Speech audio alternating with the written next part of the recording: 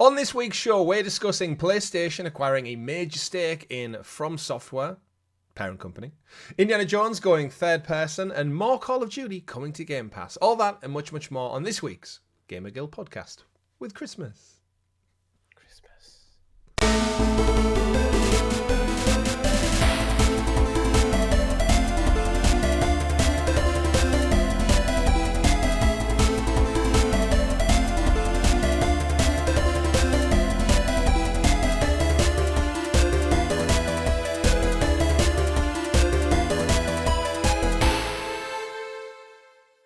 Good game, everyone, and welcome back to your weekly show, the GamerGuild Podcast, where we get together and round up all of the week's video game news for your listening or viewing pleasure right here on youtube.com/GamerGuildTV. Also available up there in the digital clouds on your podcast preference of choice. Every Monday, 8 a.m, we go live to bring you all of the juicy, juicy stories rounded up.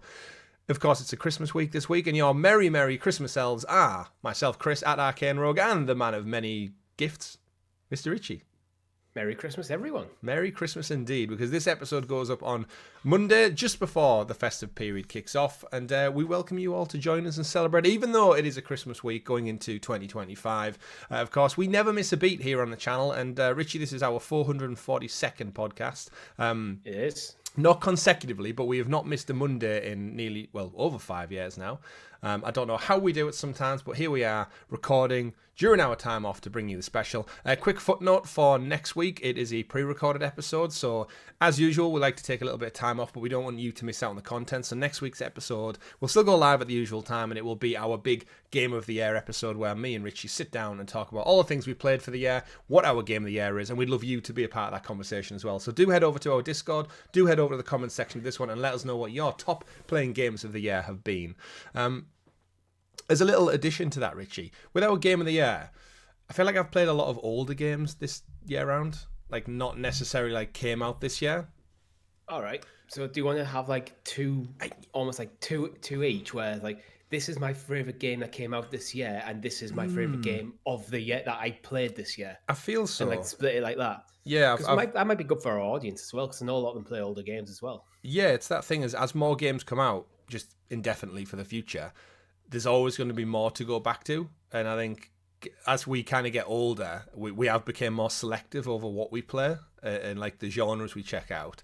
It's just time, really. And time more than anything, yes. I was like looking back at my list, and I've played a lot this year still, but I've crossed out the ones that aren't kind of in for this year's Game of the Year because they came out like either years ago in the past. And obviously for the channel, I've done a lot of retro stuff.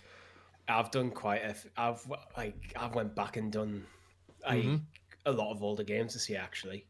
And especially during like the summer, there was like a bit of a lull while waiting for games. I was interested to come out. Absolutely, yeah. The summer seems to be where I hit up just a ton of the PlayStation kind of relaunches on PS Plus. So like Jak and Daxter, Sly Raccoon, Daxter. I did them back to back to back to back, just those short old platformers. And I had a great time with them. So I feel like I definitely want to dedicate some time to talk about them rather than just not acknowledge them. At the bottom of my list. This is it. It's our Game of the Year episode. We can do whatever we want with it. I mean, we're not going to do a Jeff Keighley. There is going to be no DLC in Game of the Year, and our actual Game of the Year will be from 2024. But we'll have a little. I haven't played any DLC. Yeah, but we'll have a little side category, Richie, for our top pick that from maybe yesteryear Game of the Year. We need to come up with a cool name for it. But yeah, we'll be talking about that all this week, of course. But we do have a great show lined up for you this week, as I mentioned, talking about a couple of bits of news as the games industry slows down as we head into next year and beyond. But we do have a couple of great things lined up for the channel. Of course, we're still celebrating passing our 2K subscriber mark. Thank you again to everyone who tuned in, checked us out over the course of 2024. We did set that goal for like the end of the year to get in there with it, and we did it. We pipped it. We got in there. So yes, wonderful stuff. Nice way to round out the year for us. It is. It's a great way to round it out. And as I said, Merry Christmas. It's upon us. We've had probably a busy week, Richie, where we wind down towards some time off work.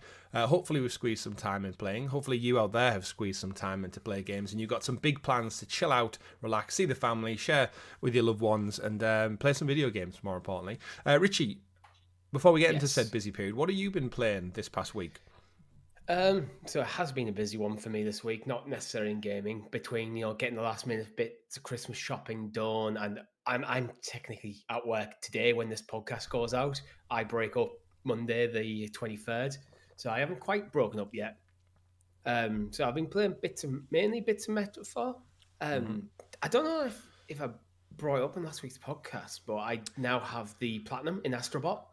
I think you mentioned it on the live stream. Oh, I have played DLC this year. You lied. You lied to our audience. So the annoying thing for Chris must be, actually, that the Christmas DLC came out for Astrobot. I've completed it and you haven't, and I have your copy of the game. Yeah, the downside of physical media is when you lend it out to people, you got to hope to get it back within a certain time frame. I used to do that all the time when you'd lend it to your mates at school, and they'd just keep it well beyond probably what was realistic. Yeah. But you know what? I'll see it. I'll actually see you at football tonight. I'll bring it for you. We'll get there. I appreciate that. Yeah. It would be nice to check out some Christmas DLC before Christmas is over. It's good. It kind of feels flat playing it in January where it's like, it's no longer a thing.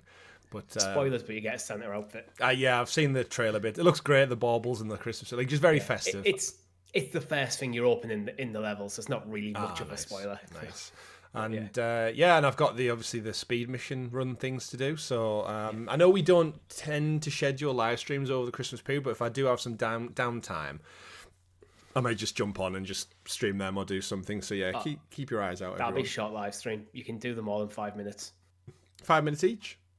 No, just the whole 5 thing. minutes for them all. Yeah. Right. So when you complete them all, it comes up with a timer for how long it took you to complete them all. Right. So you're looking about 5 minutes. Obviously, if you take multiple goals, which you will, it'll be longer. But interesting. All right. Yeah. And so plenty to play, plenty to check out. I remember when you used to rent games, like that was still a thing.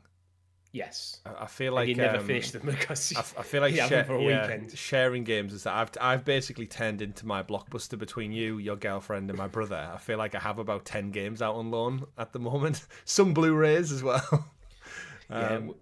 We need to get back to Lego Horizons actually, because we haven't played it in a few weeks. Well, that's good. It's fairly short. You get that box stuff over the Christmas period. But you've been playing anything? You said Metaphor. You've been playing anything in between, or is that still your dedicated thing till the end of time? That's my main game. Other than that, I've been chipping away just at Pokemon trading card game. Oh yeah, they brought out a new booster pack. So it's. Well, you know how you had like the 3 booster packs to begin with? Yeah. They brought out a 4th one, but it's a different, from a different set. This is like Island Adventure or something. Right. So I've been working through getting that one. And with it, they brought some more battle challenges and stuff. So I've been chipping away. See, what's really weird for me, I've completely stopped playing it. Yeah. But more so, I think it's because it stopped giving me notifications. I think, the 2-week trial we both got. Oh, yeah. When that ended, it almost must have reset the app or did something where I no longer get notifications. So I think just in my general day-to-day, because I'm not getting a little pop-up saying, there's a booster pack available, it's not led me to open up the app. And then now a week plus has passed and I'm like, I'm not missing it in a way. I do have a pack to open. Yeah, I found for me, it's when I've got this odd half an hour, something like Metaphor, it's kind of a narratively heavy game. You can't really play it for just 20 minutes here or there. So this is where I play a lot. First thing in the morning, while I'm sorting myself out, I'm opening my booster packs for the day. Yeah, I mean, that's just fallen part of my routine. That's what I was doing. And then, like I said, without the prompt, I think I just crack on with my day and forget about it. But I was like you, systematically checking it every time the 12 hours was up. I was saving up the little timers to get some more time in, I guess, to open up more packs. I'm not going to buy the premium pass because for what you get, I just do not think it's worth it. It's something like £6-7 a month. And all you get is one extra booster pack. Yeah, it's not enough, is it? It's really? That is just totally not worth it. It's just, if it was £1 or £2, I probably would. It's one of them where what you've done there is by setting your price, you priced me out of being even consideration. Yeah, Nintendo are usually quite good for that. With Switch Online, it's quite reasonable for the whole year. But I feel in fact, is this more expensive than Switch Online? Yeah, it actually is. I didn't even click into that, but Switch Online is £30 for a year. So if you think of the booster pack, so if you think of the value proposition, that's quite mad actually. But I guess different worlds, isn't it? Mobile Pokemon to Switch Online. But so I've dipped out with that one. I'm not really playing anything on my mobile at the moment. I'm still doing. I'm still practicing my French That's the one thing where I do get notifications. I'm on like a 242-day streak of learning French. So what's French for? Got to catch them all. No idea. You get back to your French lessons. I'm not. You clearly don't know important things. I don't. Yeah, it's not quite came up yet in the basic vocabulary things. But yeah, so that's my gamification. In terms of what I've been playing this week, it's pretty much been. Actually, it's been a little bit of a split because I've obviously after last week's Helldivers news, had to jump back into Helldivers. How could I not? We had the Game Awards last week and they stealth dropped it on us, if you remember. So mid fantastic 4-hour show, we got the news. It's like, oh, there's finally a huge update, the biggest update for Helldivers 2. And guess what? It's available now. And it was like both elation and, oh no, I'm in the middle of a big AAA game right now to like drop everything and go back for freedom and democracy. So yeah, I went back and checked out some Helldivers 2. Game's still great. That this is kind of what I wanted to pull me back in. New faction, new areas. Some of the things they added, which has been really interesting for me, is they've added like actual urban cities and stuff now. So in the past, you were pretty much over like sprawling landscapes, like different biomes of terrain. So like you get snow levels, you get your desert levels and stuff, and you've got your bugs and your Terminator robots. But this time they added in basically like little deserted cities where it's like semi-demolished buildings and streets. So actually when you're being attacked by the Illuminate, which are basically zombies, they're zombies. So we've got Terminators, we've got bugs, and we've got zombies. You kind of ticked all of the villain tropes of history. Because there's so many of them, but because of the streets now, they're kind of funneled towards you. So in the past, they could kind of attack you from any direction, but now you kind of get a condensed wave of enemies that's like a good 20, 30 of them all funneled down like one little area. And it can be fun. It can be fun, but very overwhelming, very quick. And but they've added vehicles in, so you can find like little 4x4 cars in and around the world to pick up, which are pretty much like, when we used to rock around in a Jeep in PUBG. It's like that kind of fun. So 4 of you get in, you got 1 in a turret, 1 who's the driver, and 2 can hang out the window. And it drives a little bit like, I've heard loads of people describe it as when you used to get the Warthog in Halo 2, and you're just online and you and your mates are just rocking around, tearing shit up in like urban areas on a space planet. So really, really good. And I've seen the player numbers have like shot through the roof again online. So it's kind of done what it needed to do. Yeah, sounds like it. Helldivers is one of them. It seemed to drop off a bit because the content seemed like it got a bit thin. Mm-hmm. It's like everyone's like, it's an amazing game. We just need some. I think everyone was just waiting for this drop to go back in. Yeah, I think the developers themselves, again, we've mentioned it many times, but just they got totally caught unawares of how popular this game was. Yeah. And they've scrambled to make something. But in a way, I'm glad they didn't rush stuff out, because they could have easily made some quick deals and got stuff out, but they've actually sat on it for a good 9 months nearly, and then went, right, now it's ready.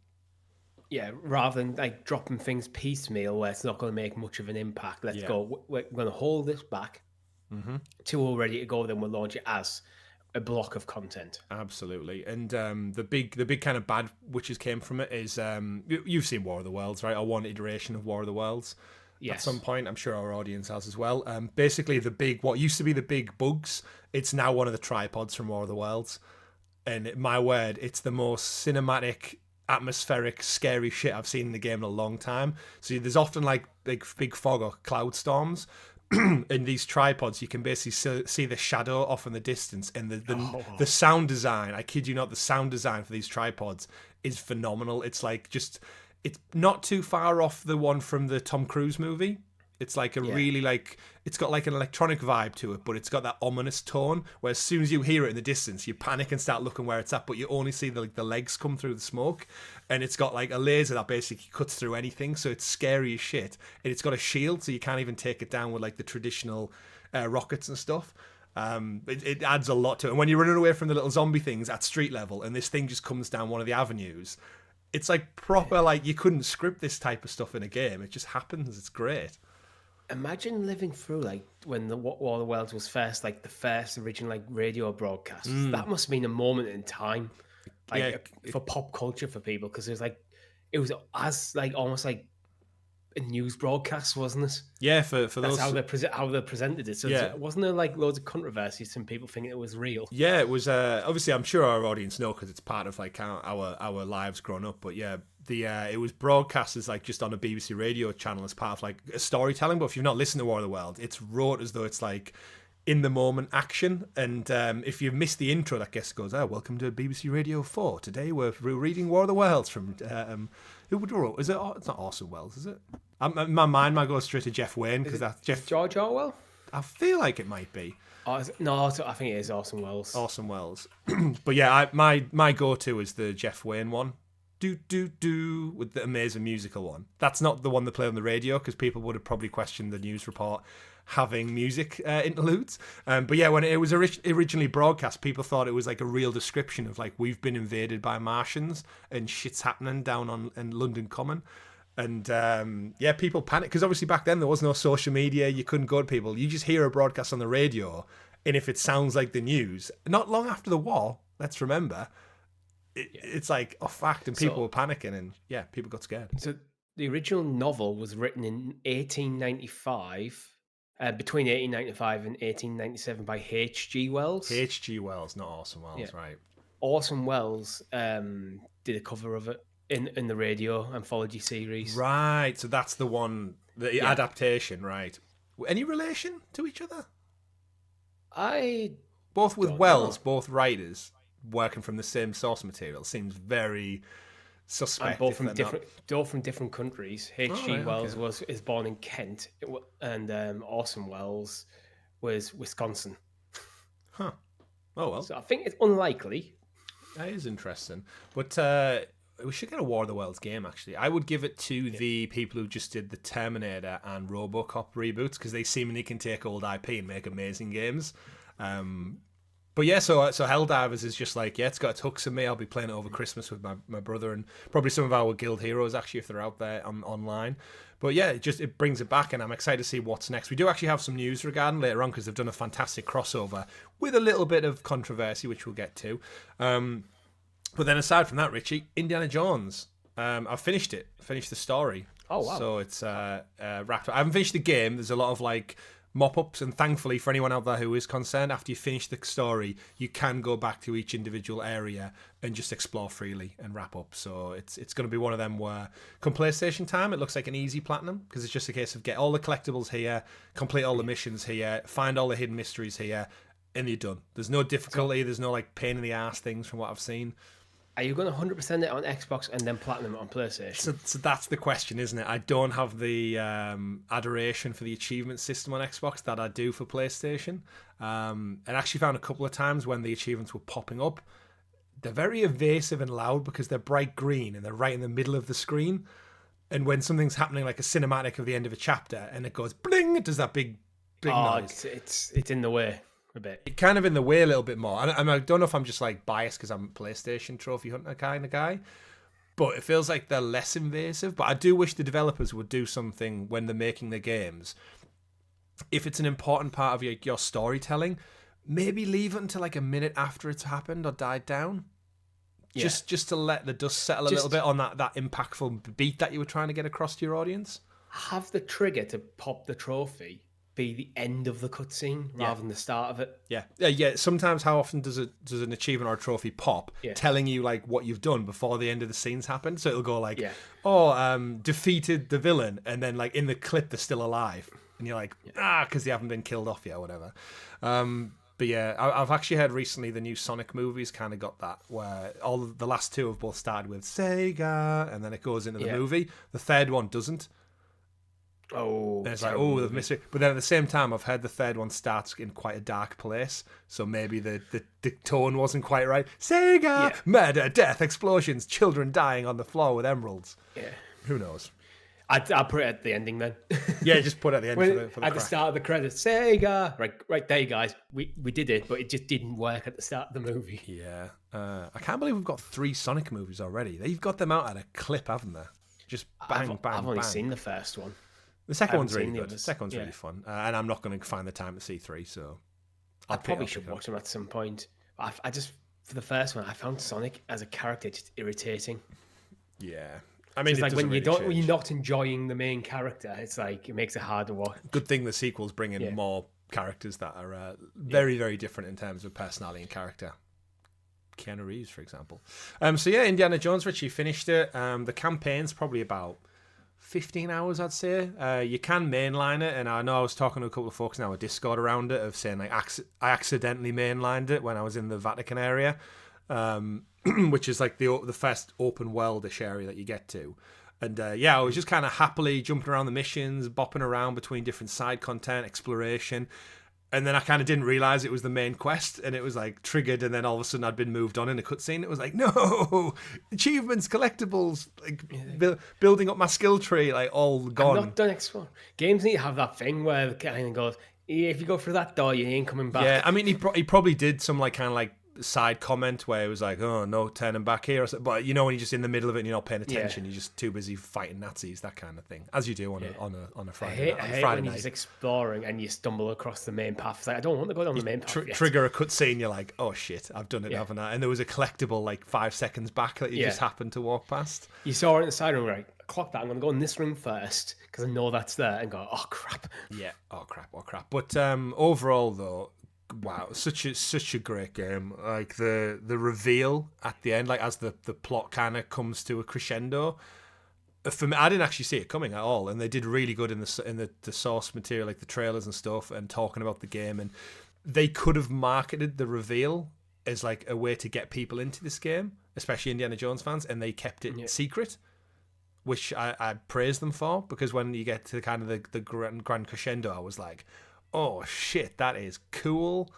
And I had a big dumb smile on my face, and really enjoyed it. Varied locations, fun gameplay, great storytelling, and it's one of those things, like now I've finished it, I feel like I would quite happily sit and watch all of the cutscenes from this game as a movie. Like if they release this as an animated movie on Netflix or something, people would watch it and they think it's the best thing since Last Crusade.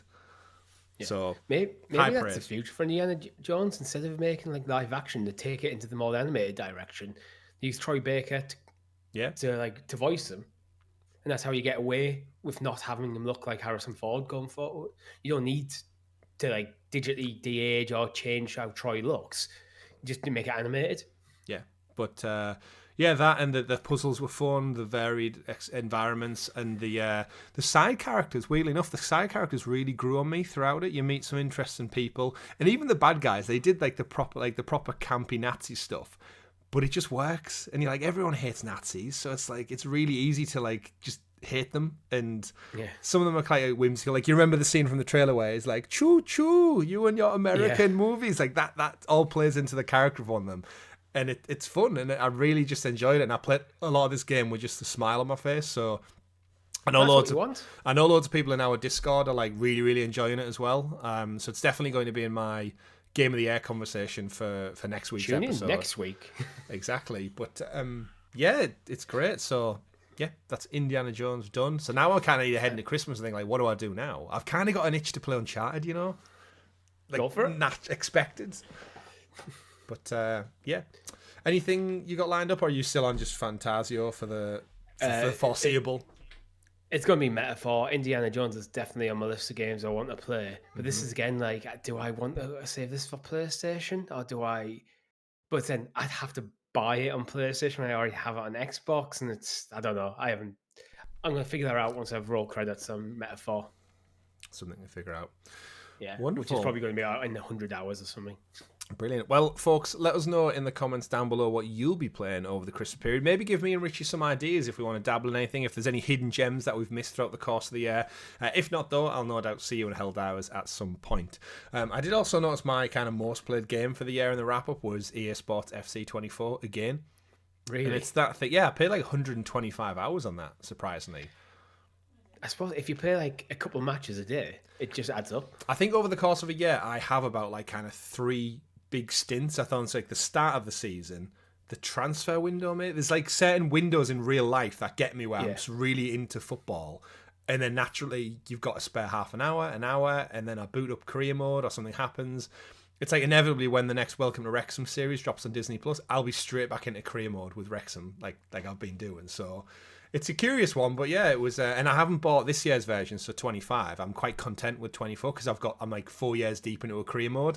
So I don't need to start again with a new game. So interesting stuff. But we do have some news, obviously, folks, to get into, but we can't do that until Richie introduces us to the the graciously gathered GamerGuild Gazette, aka the news. The news. I went ahead of you there. You caught me you out. Did. Caught me out. It's because I have the animation to come up, so I'm like ready to click it, and I'm like, I'll time it with when he says it, and then silence. Pregnant. I'm doing that slightly awkwardly long pregnant pause. So everyone listening in their cars driving's like, what the hell? Why did my podcast just cut off? He got you, folks. He got you. As I said, some big news stories for the week, but they are all brought to you, as always, by our wonderful guild heroes, the fantastic members who support the channel from as little as 99p. You can help get our content better and more frequently. We do have some big plans for the new year. I know I put out a post recently asking about any improvements we can make, I guess, to our content, Richie, where there's not too much new we can bring you because of our time constraints, but obviously we want to always like kind of polish off things, tighten the screw a little bit. I think we have quite a decent overall package, especially with like consistency and stuff in terms of like the way it's looked at and addressed. And I think there are things we want to do in the new year. Like we want to get back to some more gameplays. I know some people suggested some more Resident Evil playthroughs and stuff. I think playthroughs with both you and me is definitely on the agenda. Yeah, like the back half this year, this year largely, especially for me, it's just been a bit all over the place. So getting that kind of cadence where we can guarantee every Thursday we're both sat down together, it's been a bit tricky. Yeah, absolutely. But now I'm settled in here. I'm set up here. I've got a house to sell early next year, but once that's gone, it should be quite a bit easier. My time should be back more to like 2023's cadence than 2024's. So we've got some plans, and I know some people asked in the comments about the ClickerCast. That's fully intended to come back as well, with a big surprise. Actually, I know we've been teasing it for a long time, but until they announce when the HBO show is going to come back, then we'll keep it secret, keep it safe, keep until our then. powder dry. Exactly. So Richie, first story of the week: Sony is not buying Elden Ring parent company FromSoftware, but they have upped their stakes in it.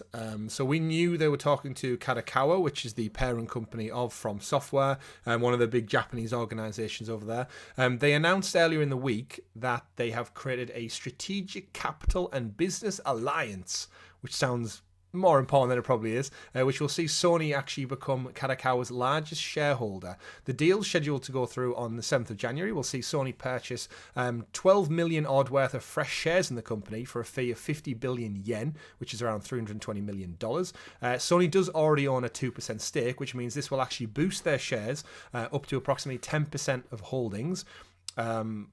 So basically the correspondence reads is it's basically a relationship that they're going to maximize both companies' IP across the globe and facilitate wider and deeper collaboration, such as potential joint investments in the content field, joint discovery of new creators, and joint promotion of further media mixes of both companies' IP. They also go on to add that in the future, the two companies will discuss plans to on specific initiatives for collaboration, such as initiatives to adapt Kadakowa's IP, because remember they do have a lot of anime in their wheelhouse, into live action films and TV dramas, produce anime works, expand global distribution of the anime works via Sony Group, so probably through like Sony Music, Sony Movies, further expanding publishing of Kadakowa's games, so FromSoft content, and develop human resources to promote and expand virtual production. They do go on a little bit more talking about like capital ventures and what that means, but I think for us, the big thing, I guess, is that FromSoftware staying third person, which I think was everyone's biggest worry, that Sony would have snapped them up and go, guess what? They're all PlayStation exclusive. With FromSoft not being truly like an indie game company, because they are owned by Kadakowa, an outright purchase FromSoft would have been very difficult, because Kadakowa would look at it and go, no, they're too profitable. Yeah. They're kind of the big guys in gaming at the moment. They are kind of the gaming company at the moment. Yeah, it's like they are the golden goose for Kadakowa as well. So like, why would you sell your golden goose? Which I think is where the rumors start to swell that Sony were looking to just buy them all outright. But there's a lot of stuff with Kadakowa that I don't think Sony wanted. Like Kadakowa actually has like a pawn branch as well. Nice. So I think Sony were like, well, we don't want that. And Kadakowa like, look, you buy everything or nothing. And so like, we cannot be associated with this anime pawn stuff. To be fair, they could have bought it then. The jettisoned us. They could, but then you've got that thing of like, even just, you could imagine the articles, couldn't you, from the games, and you know what some games journalists are like, of like, Sony buys X-rated Spider-Man content. porn. Yeah. I mean, that exists, but But the thing is, it's roughly an 8% stake they've just bought for $320 million. Yeah. Buying the whole company, that's going to be like $3 billion. At that rate, yeah. Yeah, that's the kind of cost you're talking to buy them fully out. And to be honest, they're probably even more inflated if they try to buy the entire thing. Yeah. So you're probably looking in the 10 billion thing. So Sony might not have the capital to do that anyway. Yeah, and I think they almost got their fingers burnt a little bit by the Bungie acquisition, didn't they? They paid about $3 billion for Bungie, and that's done nothing but give them problems since that. So they're probably a bit more reserved when it comes to who and what they purchase now. It's safer. Yeah. They have the benefits of them getting closer to like the FromSoftware, not getting more access to Kadakowa's IP, and vice versa. Kadakowa getting access to Sony's distribution networks, their movie studios, the music studios, their anime studios, PlayStation. It feels like this is a good partnership that they're strengthening. Yeah, well, I mean, we just mentioned about Indiana Jones going anime, but you could see the reverse happening where some PlayStation IP could make it across to just like a short anime series. I could see Horizon or something being made into honestly, I could see a Bloodborne. Yeah, like quite an adult-themed anime, like a Castlevania style. But using Bloodborne as your IP. I mean, they're going to do everything but make another game for Bloodborne, it seems. So yeah, absolutely right. You never know. This might actually help them make another game. Yeah, it's that like how much. If you own like the majority share in the parent company, how much influence do you have over like what FromSoftware work on next project-wise? I mean, the articles do state that Sony is now the biggest shareholder, but they still only own 10%, so they're well away from a majority. But the biggest must give you enough like influence, right? But they've got quite a lot of influence, but not enough. They're not walking in and then Sony making all the decisions here. Yeah. There's definitely a lot of finance behind it. I think looking at like the Sony owning Crunchyroll and Funimation also means that that's more content you would imagine for streaming services. They're basically the kings of anime right now. Sony's distribution networks, they have the two major distribution networks for anime in the Western world, in Funimation and Crunchyroll. Yeah. Like the only third one is probably Netflix after that. Yeah. But how many Netflix anime is actually made by like Funimation or Crunchyroll? That's true, yeah. So it's... But then ultimately looking at the games, I mean, FromSoftware, where do you even start with them? Like they've got obviously the smash hit Elden Ring most recently, but then when you go back through basically the last 5 IP, just print money. Like people are clamoring for Bloodborne. It's been 10 years nearly now. Yeah, Bloodborne I can see working as quite a gritty, grounded, like a very adult, gory anime. Then you've got Armored Core. Yeah. There's your mech anime straight away. Yeah. Then you've got things like Dark Souls, Demon Souls. And that's before you even touch on Elden Ring, which is your big fantasy adventure. Sekiro, yeah. They did one game of that, and it won Game of the Year. And now it's just sat maybe 5th in line for the next entry. I think Sekiro for me is probably a movie. I mean, yeah, it makes sense. Yeah. But so Kadakowa Games via FromSoftware obviously going to be a huge player in this market. And it's that thing where it's like you forget, but Sony have like shares in lots of varied things now. Like they own a chunk of Epic as well, right? So every time you spend money in Fortnite, they're getting a piece of that pie as well. So they're a lot more tactical than I think we give them credit for sometimes. A lot of companies in the West tend to be focused on, we do this, we make this thing. Yeah. But then a lot of companies in Japan, from what I understand, tend to be quite multifaceted. Like something like Yamaha, they're mainly known for things like motorbikes and instruments. These are not things, which is why the Yamaha logo is like tuning forks looking to look like the spokes of a wheel. Ah, makes sense. Yeah. But so it's like they're quite multifaceted. Like, so I mean, look at Sony, perfect example. Music, anime, movies, gaming, televisions, cameras. Like, I mean, Sony in general, electronics company. You've got like the whole story behind PlayStation. Like they only really got into it because they were going to work with Nintendo, right? And Nintendo stabbed them in the back and went with was it not Nintendo Toshiba, Fujitsu? Something like they went with one of their rivals, Panasonic. didn't they? Panasonic, and then out of that you got PlayStation, and look at that, 30 years on. No, it was Philips. because that's how the CDI came about. I think that was part of the deal. Okay, right. To get some of the IP over the Philips CDI. But with the Sony Nintendo thing, it's Sony wanted to have a royalty on every single disc CD sold, and Nintendo didn't want to pay them a royalty on every single game that they made. And that's the wedge that drew them apart. That makes sense. To the PlayStation. Actually, as a side note to that, I'll show you in a second. He's going to get something. Oh, what's he getting? Does he have a Nintendo PlayStation on his shelf? Probably not, because that thing will be worth millions, probably. Oh, what's he got? I forgot to mention, actually, the week, you just totally reminded me when you were talking about that. You know, the history of PlayStation, the history of Vita and stuff, the books I've been getting from Sandeep Raj, who does the quarterly PlayStation retro magazines. He put out this one, which is a visual history of PlayStation.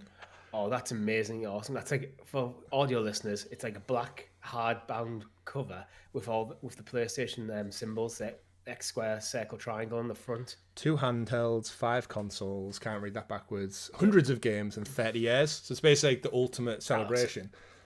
But if you've not seen it, again, Sandeep Raj over on, it's out Too Old for Gaming on Twitter and stuff, on socials. But basically it takes you through the history of every kind of console. But yeah, it starts off with like the origins of PlayStation. There you go, that's what you're talking about. Yeah, the Nintendo PlayStation. Yeah, and then it basically just takes you through everything. But the artwork and the way it's laid out is just absolutely beautiful. It's a great read to go through it as well. All the years, some of the games, the demo discs and stuff like that, like you were talking about. The original mascot, Polygon Man. Watch out for that scary bastard in the middle of a dark alley. Yeah. How many people don't even realise that was the original mascot? Oh, and like when you unlock him on Astrobot, people must be like, "What's that?" Yeah, well, he was the villain at the end of PlayStation All Stars Battle Royale. He was the giant floaty head that you fought. But yeah, go and check out, if you're a PlayStation fan, go and check out like Sandeep's work, because it's fantastic stuff. He's got a new one out, which is in partnership with Obsolete Sony, which is another great Twitter account if you don't follow that. When the recent Intergalactic trailer came out, you know, the CD rack that the disc pulls out of, that's a real thing that was on sale in the 80s. And it's now going to be in a new Naughty Dog game, which is probably going to see a resurgence in weird old tech coming back. And he's got they're publishing a book together, Obsolete Sony and Sandeep, about the history of obsolete tech. But back to like the original point we were talking about with Sony, is like the first thing they ever made was a rice cooker. And then they've evolved somehow over time to PlayStation 5 Pro and a conglomerate machine that covers entertainment over everything. Mad. If I ate rice every day, I'd buy a rice cooker, because they're meant to be great, but I don't. Yeah, if you do. I wish I ate things like rice for breakfast and stuff. I was watching a video online about saying... No, but you know, like, I know, but it's like, I think I've been so conditioned to think like cereal's good for you, or you have toast. It's like, but in Japan and stuff, they have like rice, like egg rice and stuff on a morning. Yeah. And it just seems like such a nice, fresher way to start your day, but I can't be bothered to get up and cook rice. I just like whack cereal in a bowl and you go. Especially in the West, especially in like the UK, is like one of our major crops has always been like wheat. So you're making bread out of it. So egg on toast is like quite common. Like fried rice. Rice is one of the major crops over Eastern Asia. Yeah, it makes sense. It's just so much healthier. But I think it's just like sugar, isn't it? Like Pop-Tarts and things like that. It's just it's a totally different world, and we're both better and worse for it. But side tangent aside. No purchase for Kadakowa, so looks like everything will stay the same as it is for the time being, but then we'll get round to it. What also seems to stay the same for the time being, Richie, is story number 2, and that is dedicating some time to talking about the supposed backlash, quote-unquote, from the last week in gaming. After the Game Awards, we obviously got some huge reveals. We got Naughty Dog's new game, as we just mentioned, Intergalactic, The Heretic Prophet, which I still don't like the subtitle name on that. It just doesn't roll off. There's something between heretic and prophet. I mean, because they're both ending quite harsh sounds. They don't roll into each other that well. For me, phonetically.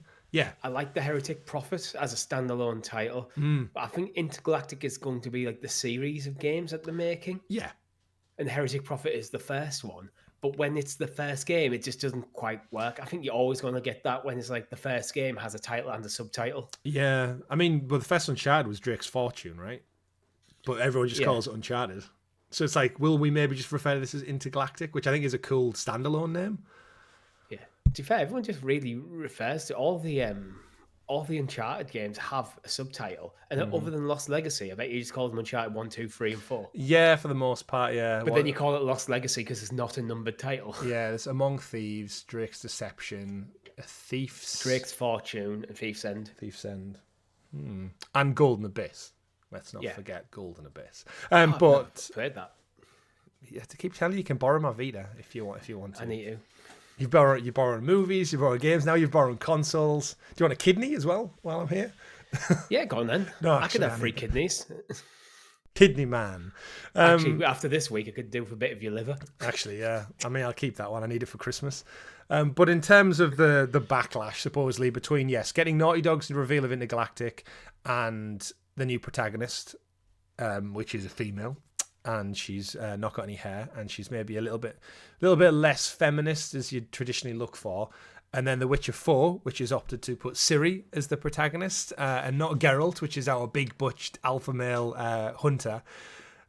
Naturally, the internet got hold of this, and I know it's the vocal minority, but I think we just need to talk about it because the industry's picked up on it.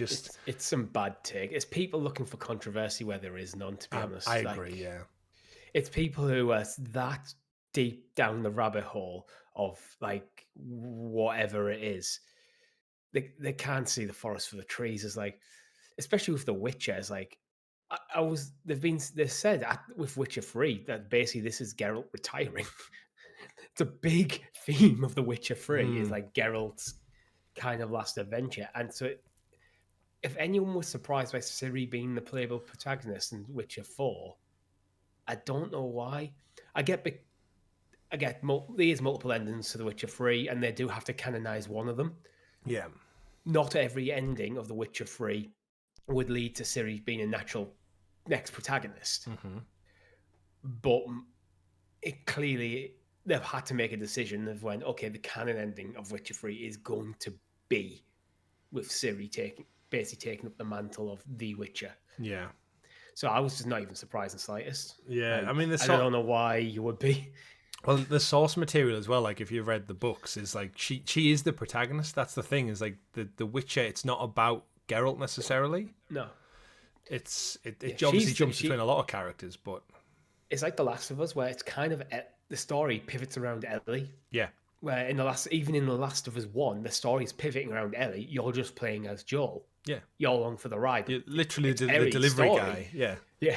You're on the sticks. And spoilers for The Last of Us 10-year-old odd game is that, like you play like that. I remember that pivot towards playing as Ellie in the snow area when you first get it and you're like, oh shit. Like, I don't think many games had done it like so subtly before. There was a lot of controversy with Last of Us 2 when Ellie's the main character, not Joel. Playing as Ellie. It's like, well, yeah, she was the main character in the last game. You just didn't play as her much. Yeah. It's such a whole who about nothing. But it's just especially like, with The Witcher, and I don't get it. But it's just like, to go to Naughty Dog's, the biggest thing I've seen, like the trailers have been like downvoted, like double to upvotes. It's like, I know voting online is just like, it's a quick glimpse, you see it and go, it's not for me, it's not for me. But it's just that curious thing. It's like, what's actually wrong with you? Like, Naughty Dog have the most proven track record of arguably any game studio in the history of video games. And yet, because the trailer shows someone who maybe isn't traditionally as attractive, the internet's just like, oh, this woke shit. They just like to throw around that word. And it's like, what does that even mean anymore? It's got cool sci-fi vibes. It looks stunningly beautiful. They've got a history of great, so far down the rabbit hole. To be honest, that take, it's just sexist. That's all it is. Yeah. It's not anti-woke, like as you're fighting some like noble battle. You're just being a sexist prick. Like, I'm not attracted to this one, therefore woke. Therefore the game's terrible. Yeah, it's lots of concerning issues. She's a bounty hunter in space. Yeah, we mentioned it in the live stream, I think, this week. It's that the chances are, like, the opening of the trailer, she's literally shaving her head, so there's nothing to say for the 90% of the rest of the game. Yeah. She has she doesn't hair. Want space lice? Space lice, they're scary space lice. Yeah, it's a practical decision. Yeah, she isn't wearing makeup because guess what? Most women don't wear makeup when they're lounging around the house. No, they don't. But I'm waiting for that moment where, like, the rest of the game, actually, you maybe get to choose the style. Like, she's in space, so chances are she'll have blue hair, pink hair, whatever crazy antics you get up to in space. And I just think it's one of the things, like, why would you make such a split decision like on the brief visual trailer. Yeah, it's like, and I saw it's just sexist. And I like, saw you have no context for this character, who she is, what she's doing. You've made a decision that the company, that Naughty Dog have went woke because they've used a female protagonist. Yeah, and the biggest thing, it's the continued backlash from The Last of Us 2. That's why. It's some people didn't like certain story beats in The Last of Us Part 2, and they've took it so to heart, it's trickled over into this. And it's fine not liking certain story beats or not enjoying certain characters, even if they are. That's fine. But when you take into the internet and like demonizing companies and people for making them decisions, that just makes you look like an absolute prick. Yeah, and people make the weirdest comparisons. Like I've seen people comparing like Crash Bandicoot to this. Like, how do we get from this to this? It's like, what, superior graphics in every way, shape possible, better storytelling than ever, more varied gameplay, and you're comparing it to a marsupial wearing jorts running around a linear level. Like, you need to like really check yourself. Naughty Dog are a company who want to keep evolving. It's why they've moved away from, I think, even with like hits like Uncharted, because they want to keep moving on. They want to keep telling new stories. Something like Crash, it's very limited in what you can do story wise. So they made the decision to move away from Crash. But at the time when Naughty Dog was founded and like PlayStation was kicking off, you needed a platform mascot. Yeah. So they created one which became the de facto PlayStation mascot. Yeah. So they've always been at the top of the quality, top of the game for PlayStation, right from Crash. Yeah, it's because I don't know. I really don't get the mentality. I think it is people who are just work themselves into such a rage of it. Nothing. It's nothing. Absolutely nothing. It's like pixels on the screen. Yeah, it is like I really don't understand it. I'm trying to. It's because you're a logical, normal person. That's why you're not absolutely fuming. But it's weird because they accept people like Lara Croft. I bet if you ask the same people, like, oh yeah, Lara's fine. It's like, is that just because she's got nicer boobies, or she's more like she's got nice feminine hair?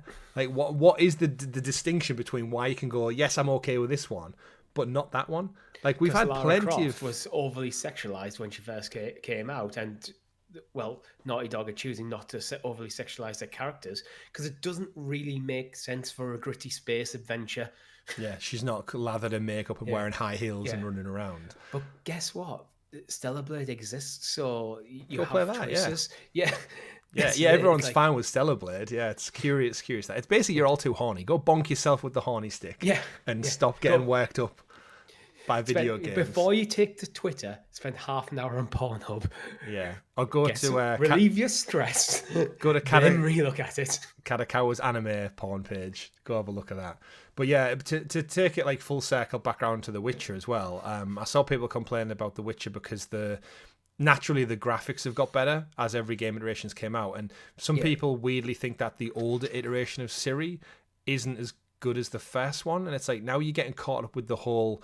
They look different. Older. It's like because the graphics are better, so it's like in your mind's eye, you've visualized her over the last 10 years playing The Witcher 3 in a certain way, and because the newer version is like added 10 more years to her, and she hasn't aged up the way you expected a fictional character to. You've kind of got that being your bonnet.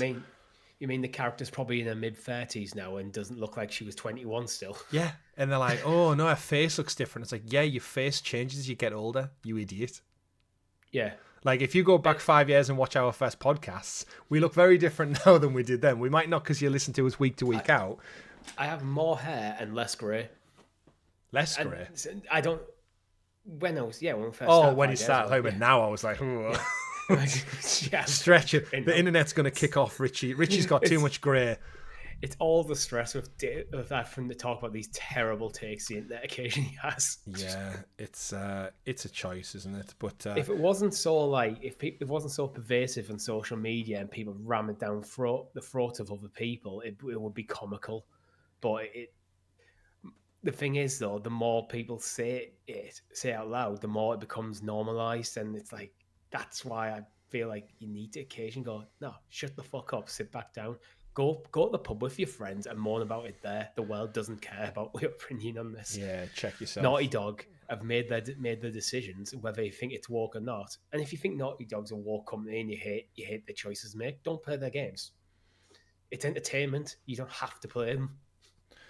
Yeah, but people get caught up on these type of things. But I tell you what, ultimately though, and it's who will have the last laugh, and it'll be Naughty Dog and CD Projekt when these games come out, and they're in every Game of the Year conversation, they're in every best performance conversation, they're in every best action RPG, whatever role category Jeff Keighley can come up with. The year these two games release will be the year they'll be part of the conversation, and probably the winners in most categories. They might even come out the same year, which then we'd have a problem. That'd be a good year, though. I mean, we're getting to that point where you've got, like, Grand Theft Auto 6 is going to be a reality. And I'm curious to see, like, the Rockstar... Like, could you imagine if Rockstar somehow, Grand Theft Auto 6 falls into that woke, quote-unquote, category where people don't like what the protagonist... Because Rockstar typically a tongue-in-cheek comedy, like a satirical take on, like, the current world we live in. Like, will they have a fake Donald Trump? And will there be stuff going around about, like, cancel culture and stuff like that? And a Rockstar big enough to, like, survive that wave where they just don't give a shit? I think Grand Theft Auto is so huge. Even if it was mediocre, it'd be in the Game of the Year conversation just by sheer amount of people who are going to play it. It can't even be mediocre. They've had so much time. This is the most expensive game ever made, hands down. Yeah. Like...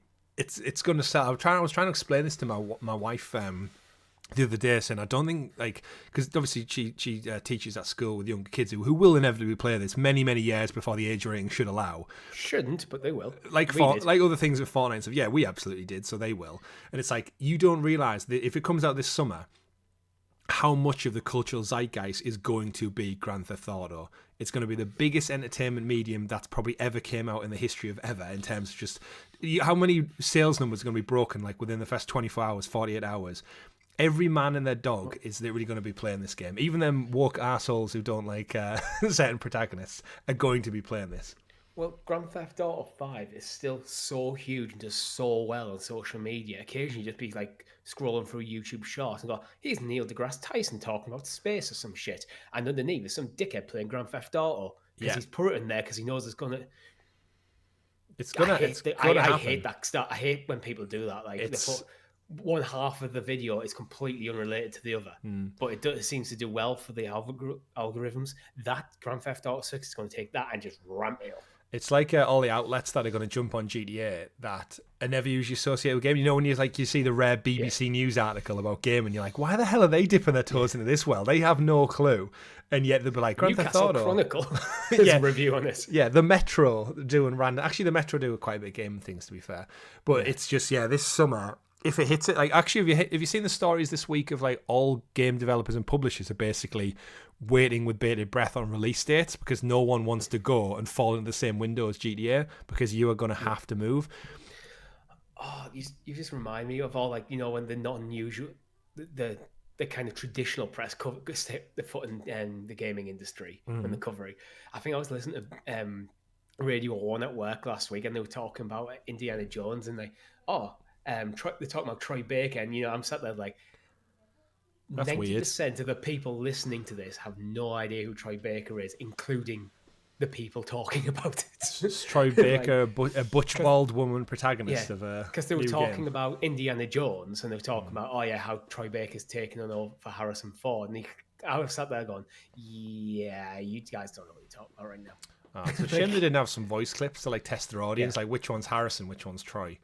Yeah, they should have just got me, and I would have covered that story for them. Yeah, like, much better detail. So this is who roughly Troy Baker is. He is huge actor, probably one of the most successful actors of all time, actually. Mm-hmm. But his medium isn't been TV and movies; it's been video games. Yeah, and that's why he's taking over from Harrison Ford, and he bloody nails it. Absolutely. And he's a male protagonist. Yeah. He should play a female one time. Really test his voice skills if he can. Should go full Monty Python. Yeah, absolutely. So yeah, there's a whole lot about nothing, I think, with this, and I know we don't usually get into it, but I think because it's almost in a way you feel like you want to defend it a little bit and go, let these developers just create what they want to create. They're going to tell great stories, Judge the story once you've played it. Yeah, it's like to round this up. I saw some really funny comments of people going like, "Oh, I can't see myself as the protagonist. I like to play games to see myself." I was like, "Oh, I'm sorry. When you played Astrobot, did you relate to the small little robot? When you were playing Crash Bandicoot, did you relate to the small mammal from Australia, wherever it's from?" When you play Call of Duty, do you relate to running through like the streets of Baghdad shooting people? Yeah, it's like is that what you relate to? It's like it's a video game, dude. Like come on. And if you have someone who you can't see, you have to put yourself into the story. There's plenty of games that can do that. There's plenty of games where you have things like silent protagonists or the first-person games or the like full RPGs, and you have full customization of your character. These games also exist. It's just then what you're saying is this game isn't for me. Yeah. So rather than raging about it, don't play it. Play something else. Yeah. Go play Skyrim again. Skyrim's good. Yeah. You clearly don't have much of an imagination if you can be an elven mage if that's how what you relate to. Yeah. But realistically, what you should relate to is a pissy, middle-aged, sad person who doesn't understand it.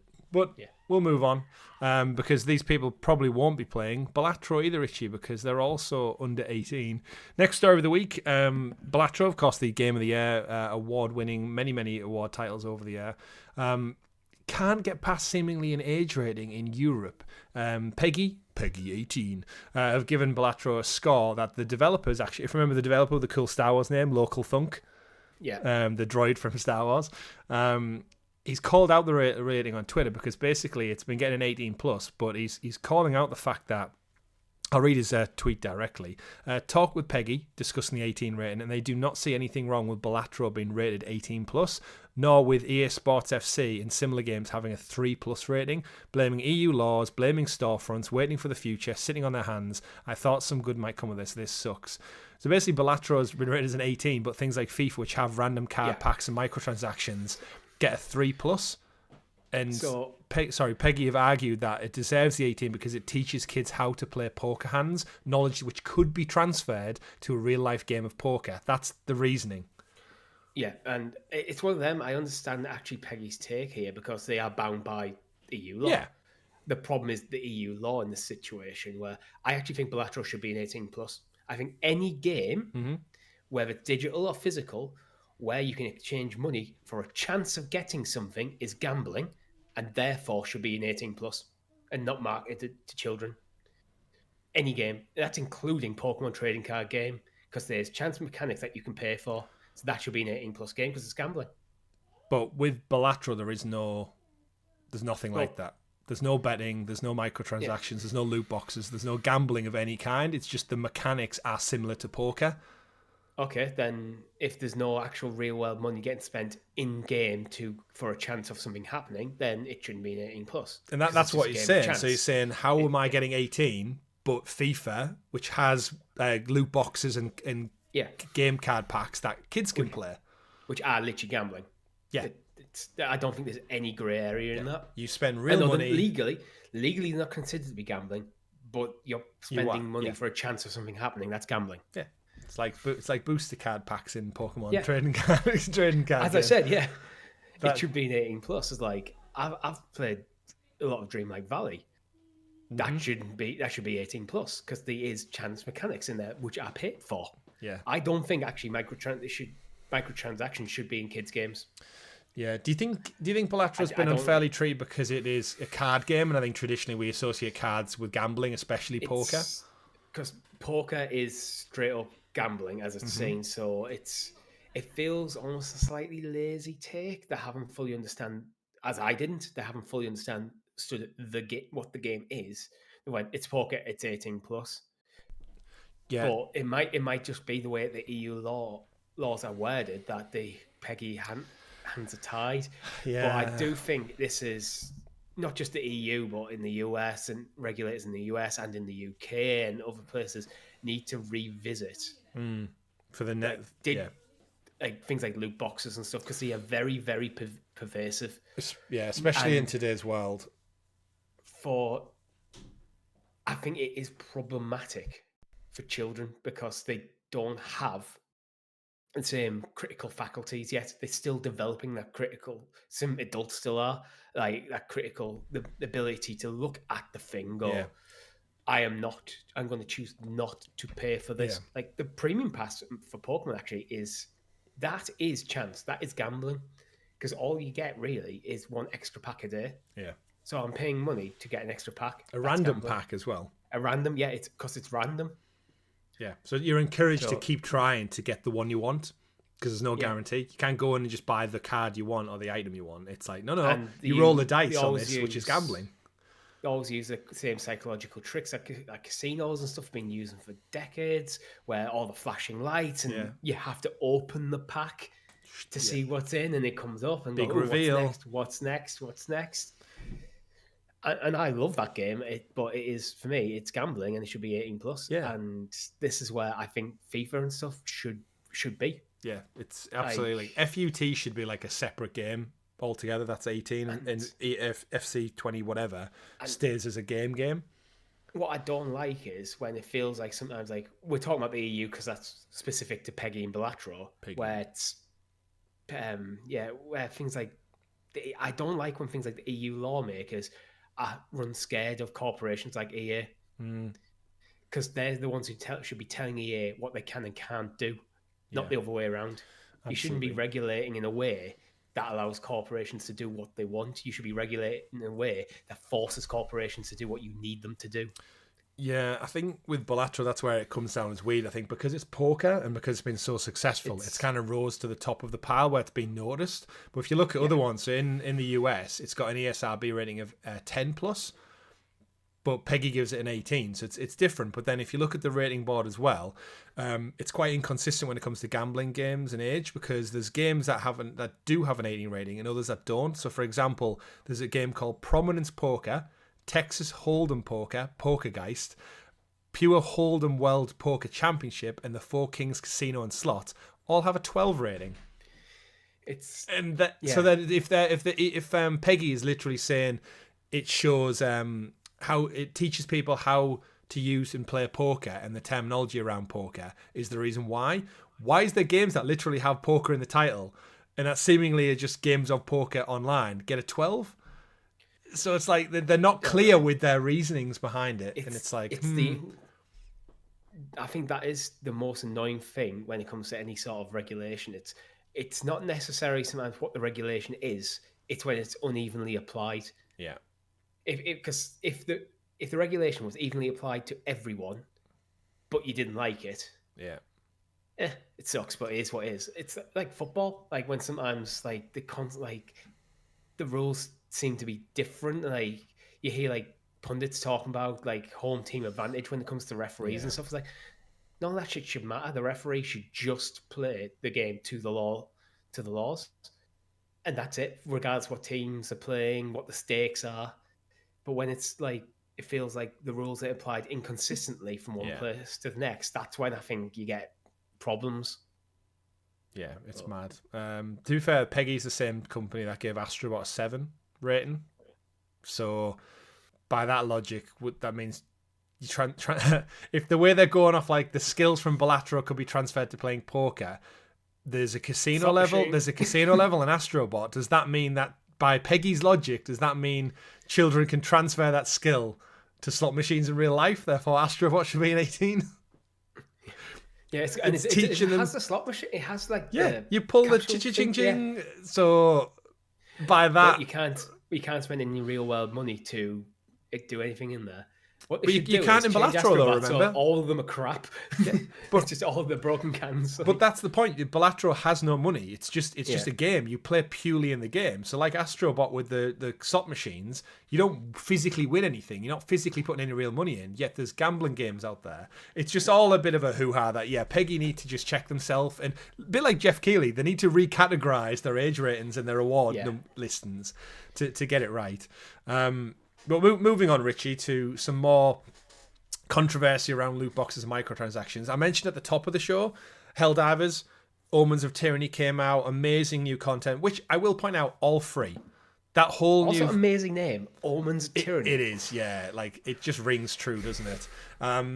All free, so that's a whole new faction, whole new worlds, new gameplay mechanics, and new characters and vehicles and stuff, all dropped for free, like just there during the Game Awards.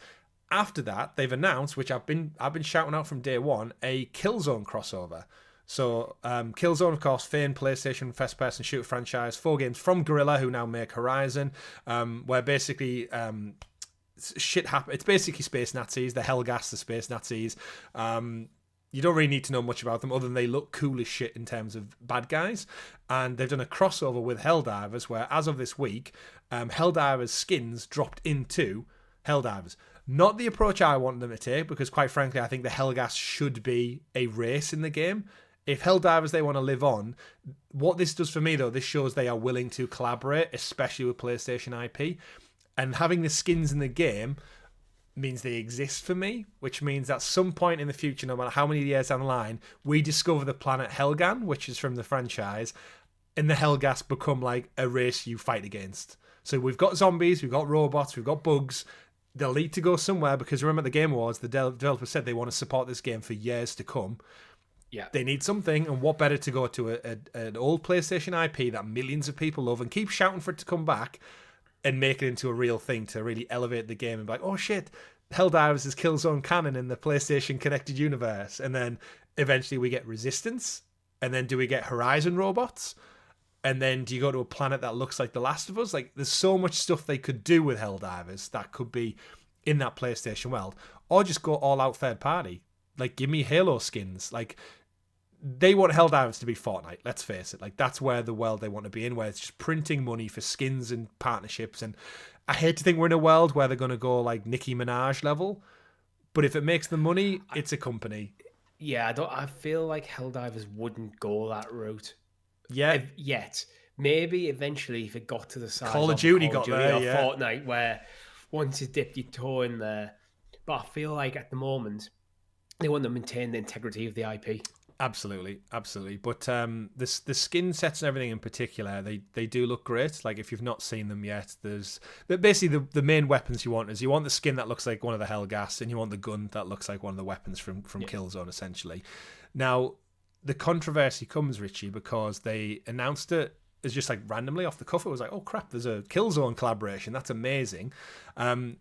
The problem they had with it is the finances behind it. So, reading from Eurogamer, the CEO of Arrowhead has responded to criticism of the game's high cost of the crossover. So, usually extra content comes in the form of a war bond, which basically you buy like a pass for 1,000 super credits, which is the real world equivalent of about £8. You pay £8 for it, which usually gets you weapon varieties, armors, and some cosmetic skins. So that's what you kind of get as part of your war bond. The Killzone items are instead purchasably separate, with all 6 items totaling about 2,000 super credits. So essentially you need to buy 2 packs, or 16 quid's worth, to double the price for the same thing. But because it's branded as Killzone as a crossover, it's costing you twice as much. Now, if you bought them individually, the assault rifle and stuff and some of the other pieces it can add up to more if you buy them. Typically in like piecemeal, it's going to cost you more than just buying the bundle. And essentially they've got criticism for it, saying if I want to buy everything that comes out, it's going to cost me up to 4 times the amount, which obviously people aren't happy with. It seems like they've now got this IP crossover, and now they're starting to get greedy with it. So the developers of the game have came out and said, like, basically responded to criticism. So I'll read from one of the tweets. Someone replied to one of them saying, I grabbed the whole thing because I love Killzone, but the price definitely felt steep, especially since it's only half of it, because the second pack hasn't came out till this week. It would have been nice if it had remained a war bond like we've had in the past. The developer, who's been very vocal over the whole existence of Helldivers, the head of the studio, said, sorry, I felt the price was steep. We're looking at all feedback. The reason we changed it from a war bond was actually because there were concerns that having a higher price war bond would carry negative feedback. So they've done it piecemeal to try and appease the people, but I think the shock factor of it being upwards of double has caught everyone off guard. Before we get into it, to their credit, they have actually responded now and said the second part of the pack, which is going to come out in a second offering this week, they're giving it away to people for free. Okay. So, Richie, you don't play Helldivers, but this is in your like microtransaction loot box world we've just been covering with Balatro. Where do you sit with all this? Do you think crossovers deserve like a special price point? And then it's hard for me because I'm conscious we just got so much stuff for free as well. in terms of the factions. It's like, I feel like it balances out. And if you're not a Killzone fan, don't buy it. There's always that thing of just don't buy it if you don't want it. That's kind of where I'm sitting, to be honest, where with it's cosmetic. It doesn't really change how the game plays. It's not extra content, really. Mm-hmm. And the main content they're committing to continually give for free. So this is there purely if you wish to have it. So while I think it does suck that it's effectively twice the price that people expect, mm-hmm. I don't actually see that much of a problem. As like you're getting all this content for free. They're going to support for years, so you could pay whatever is about £45 or something to buy the game. The game's still just 40 flat rate. 40 quid for the game, and then you could play regularly for the next 3-4 years probably without spending an extra penny if you want. And I should point out a little caveat to that is if you can still earn and collect super credits in game. So all these cosmetics you can get from in-game play. It might take you hundreds of hours, but you can do it.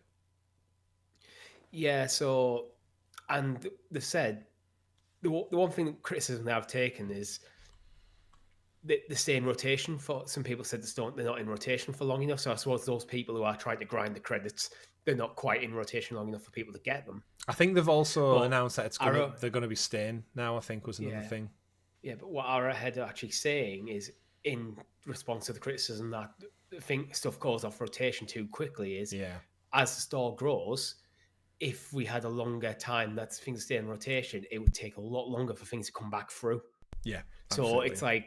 It's about balancing act. And to be honest, I think Arrowhead are treating this properly, where they're just going, look, we're learning what to do here. Like, so maybe this is a misstep. Maybe it shouldn't be basically 1,975 super credits for a crossover event. Maybe it should be 1,500.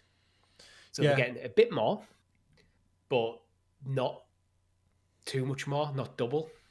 I don't know. There's probably some middle ground that they need to find, but this is the first time, and they're listening to the criticism. Yeah, so I think that's more important than the actual price. Yeah, from a business standpoint, again, I think we need to remember like this to keep the servers online and stuff like this. They need to make money. Yeah, everything cannot just be free. Like Fortnite swelled to such a size, like they make enough money regardless of like drop off of players. But like a game, even as successful as Helldivers, it still needs to rely on income to keep growing and developing and pay people. See, and I know I'm not playing it, but if I was playing this game regularly, I'd rather be making more money off the stuff that isn't necessary for you to keep playing. Yeah. So like the main DLCs, like they've just dropped, you get that for free. So everyone is still playing. We all got the same version, but they're making money out of the stuff that is relatively trivial to the gameplay experience, like a skin.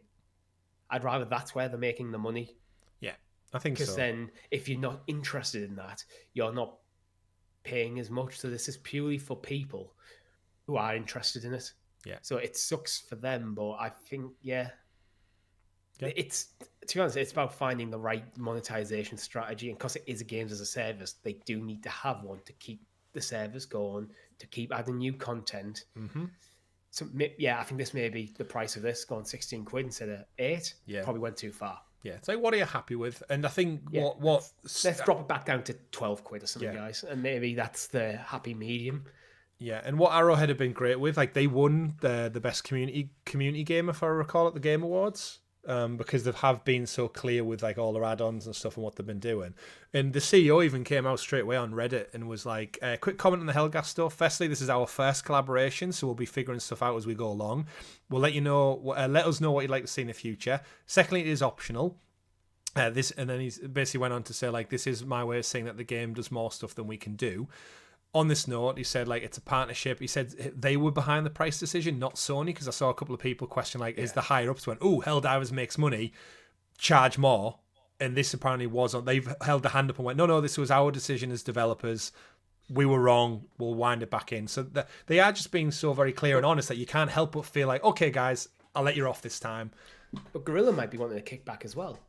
Yeah, for all you know, like another studio could be going, well, if you're going to use our IP, we need a percentage. And to balance the books, Arrowhead are like, well, we need to crank it up a little bit to make sure we still break even on this one. So, there's a lot of stuff. But I do wonder. I think the response to it is being correct. And I think sometimes that matters more than the actual initial decision. Because they've made a business decision, which seemingly hasn't been what people wanted, but they're openly discussing it. Yeah.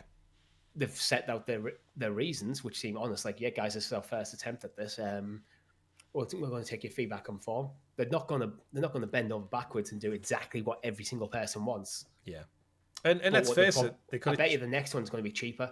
Oh, it's absolutely. probably not going to be a war bond. It's probably going to be 1.5 war bonds or something instead of 2. Yeah. Like, because again, they do need to keep money. They need maintaining the game is expensive, and they want to keep adding to it, which is expensive. And when they're giving the core content away for free, you're quibbling over the price of a cosmetic. Like, it's nothing new, to be honest. They're not the first people to charge different rates for different cosmetics in the game, and they won't be the last either. No.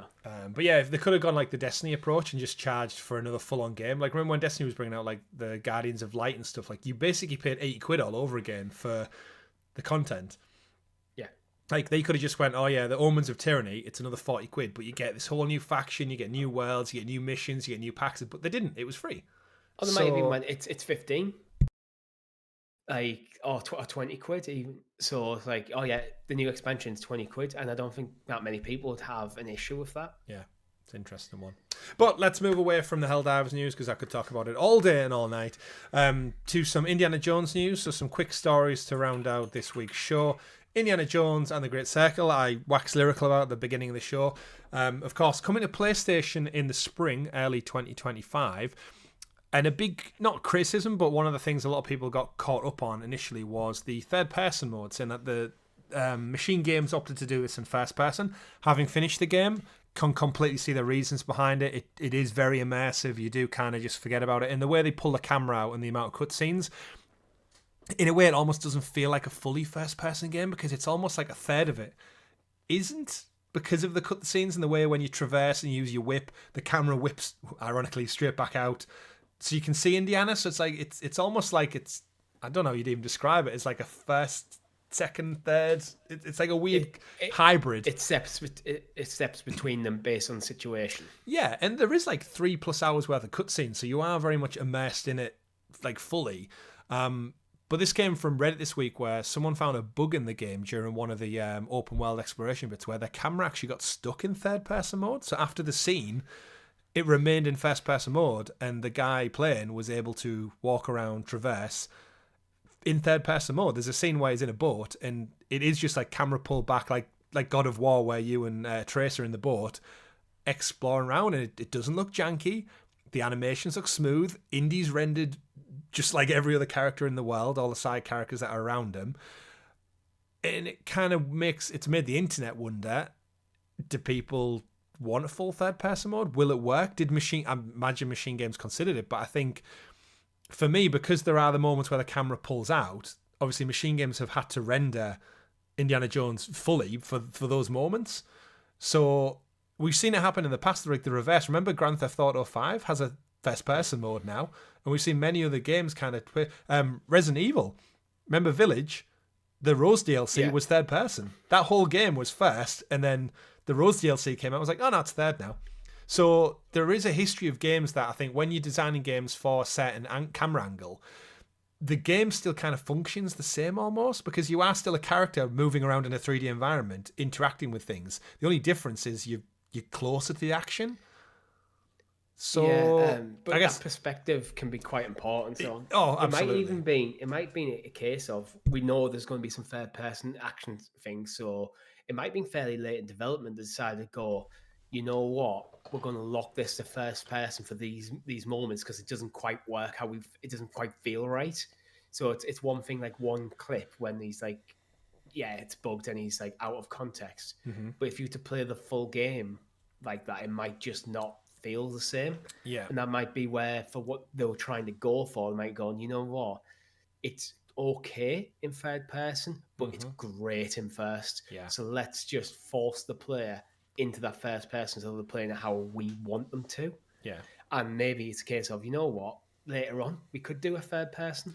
Well, that's what I wanted to get at. So like, I think fundamentally Machine Games have sat down, they'll have agreed first person. That'll have been one of the first points of call in their development. Like, this was in production for several years, so it definitely wasn't chosen on a whim. But everything Todd Howard said and the way the game plays, you can kind of sense why and know why they did it. I do wonder, though, is this like the ace in the hole of they got all the good swell around launch, it's receiving all the plaudits of like Troy's performance, the game, the story, it's the best thing since Last Crusade. And then it's coming out on PS5, which traditionally the audience loves a third-person action-adventure story game. Comes out in the spring with, let's face it, when they do these re-releases or ports, they always like to add in extra things. Frame rate's been boosted, textures, all the big major updates are going to come with the PS. Arguably, the PS5 version is probably going to be the best place to play Indiana Jones, which is a weird state of affairs. But especially on the Pro, which is far superior hardware than the Series X. Imagine if they launch the PS5 version and it has a third-person mode. I think that'll do wonders for that audience. It would, but I don't think they should have it for launch. Because if they've sat down when they've built the game, made the decision, as I suggested they might have done, where they've tried they've like designed some of the key levels and key set pieces, played them at first, played them at third, probably with some like play testers and stuff, and decided that what the vibe they're going for works better in first person. Yeah.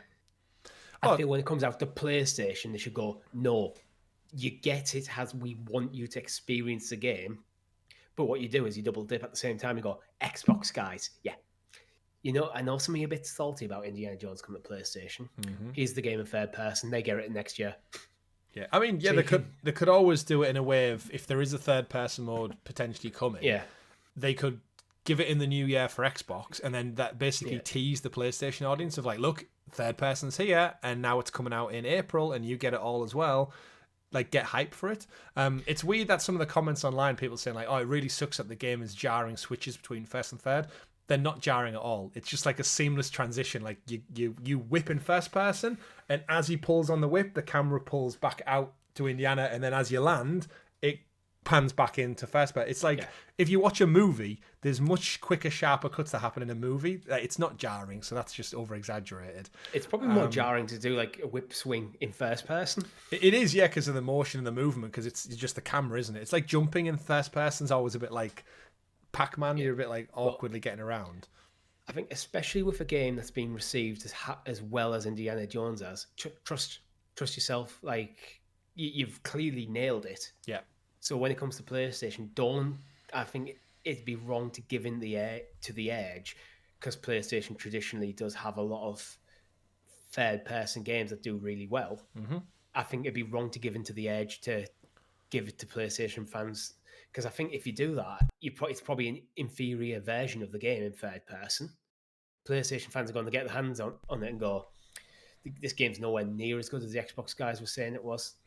It's good, but it's a 7 out of 10, not a 9. I think that's where you might you run the risk.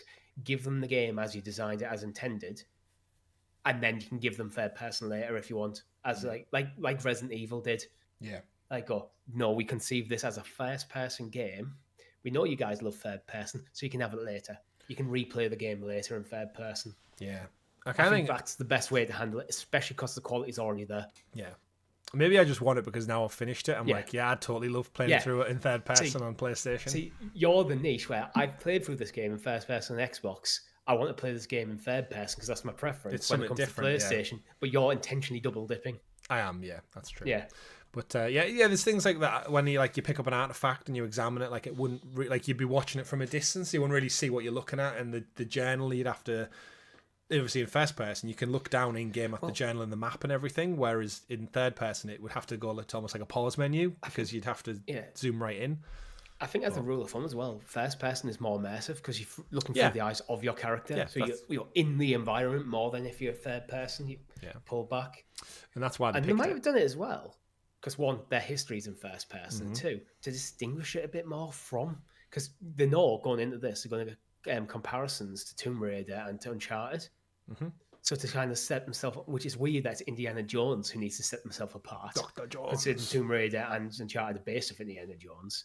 But to set themselves apart, we're going to go, we're going to make this first person predominantly. Interesting. And they've seemingly nailed it. So like, this is the thing for me, is like, I don't see why you'd run the risk. It's a curious one. I mean, it's interesting. we'll have to see. But speaking of first person, Richie, I've got some quick stories to round out the show. New leak suggests Elder Scrolls IV Oblivion could be getting a remake. I'll throw this over to you, Richie. You're the Elder Scrolls guy. Obviously first person. This is a screenshot leak coming from several Reddit thread pages. It suggests that someone previously working at Virtuous Games has leaked the remake that is in development, and it's been rumored for some time. The rumored leaked games are Project Alta, which is Elder Scrolls IV Oblivion remake, Project Massive, which is described as a AA Monster Hunter cross Shadow of the Colossus game of some sort, Project Cobra, which is Metal Gear Solid 3 remake, which is true. That's Delta, we know that. Project Ominous, which is described as a narrative climbing game, and then a new expansion for New World, because that's the working on the Amazon New World game. So there's kind of like, there's enough truth in these leaks with like the stuff like Metal Gear Delta and the New World expansion. That's like, okay. But Elder Scrolls released in 2006. It's sold nearly 10 million copies. It's obviously well revered. I know you've put many, many hours into this. I have. In the world of infinite Skyrim remakes that we've had, and in the infinite wait that is Elder Scrolls 6, where are you sitting on a Oblivion remake? Is it time? Yes and no. I would love an Oblivion remake. I think it's amazing. It's an amazing game, but it's showing its age. Like Skyrim's holding up quite well, but feels dated now. Yeah. Oblivion felt dated when Skyrim came out. The reason I say yes and no, though, is they're remaking the wrong one. Morrowind? Was that 3? Morrowind's older. What? Was that 3? Right. Yeah. Morrowind is like the first one I think that went truly massive in terms of like the reception of the games. Mm-hmm. I think it was Morrowind was Game of the Year. And I feel like that is a game that is a bit lost for time. You can still play on Game Pass and stuff. It's actually on my list for my Xbox wrap briefly. I think I played it an hour or two. But it's old. It feels really, really old. It's one where there's a lot of the charm that game I think had when I loved playing it when I was younger is kind of lost. Is getting lost behind the jank of it and the awkward controls and the very, very, very aged, like early polygonal graphics. But there's an amazing game in there and an amazing story that could be expanded on a bit, tidied up, brought into, we've given it some modern sensibilities, but not going too far. Mm-hmm. I'd still keep a lot of the old-fashioned stats and stuff that the older games have. That I think some RPGs, they seem to be dumbing down the mechanics sometimes. I know things like Dragon Age, every game, it's kind of went more down the line of it's become more focused into being more of an action game rather than an RPG. So your traditional stats like strength, intelligence stuff, things like that are disappearing and getting replaced by talent trees. You're not getting you're having less equipment that you can pick and choose and change from, and it's more about, okay, here's your weapon. You can upgrade your weapon several times throughout the story. Where I'd try and keep true to the original, but make it play and feel like a modern game. But I still want to be able, if I want to put 50 points into strength and nothing into endurance, so I hit everything and it dies instantly. Before I get hit, I die instantly. Yeah, I still want that freedom because that's what these games, what I loved, like having that freedom to create your character how you want to play it, and you can have a mixed match. You could be walking around in a heavy suit of plate, casting fireballs. Yeah, I remember like Morrowind's one of the first games. I remember going to your parents' house when we were kids and you introducing me to Morrowind. I remember it being stunning when it first came out. Yeah, I remember sitting there as you went through like one of the opening dungeons or wherever you were, like collecting stuff, and I was like, I think at the time I'd never seen like a first person game like that. Probably never played. It's probably the first open world game I've ever played. Yeah, I remember you trying to explain it to me, and like we both sat at your desk in your bedroom, like probably sat on your bed actually. I think that's the layout you had in a small box room, and just like clicking through them, just like, because I think I never really had. I had like Roller Coaster Tycoon was like my PC side of things, and you were playing this first person open world, and just like I can't even comprehend like the stuff in your storage and everything like that. Stuff like that just didn't even exist on console at the time, yeah, really. Yeah, I mean, eventually it did come to Xbox, mm-hmm.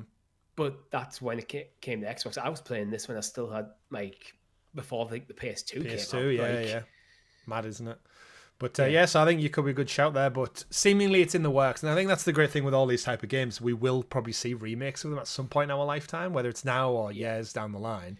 I think, for me, I think I would have personally we're going to remake Elder Scrolls 3, then we're going to go on to Oblivion while we're working on 6. Yeah. So maybe you do 3, 6, 4. Yeah. Do it in that kind of cadence. So where much. You start to try and alternate between remake and main title because it's been way too long since Skyrim. Yeah, it certainly has. It's good news though. I'm in on an Oblivion remake. Yeah. I mean, it'll sell gangbusters. I mean, it technically probably goes straight to Game Pass because of the nature of things. It's got some of the best like story arcs as well in any game I've ever played. Oblivion, actually. This is what I've always liked about the Elder Scrolls games. It's not just about the main story and then you got some side quests. You could go join a faction and that faction will have its own main story. Yeah.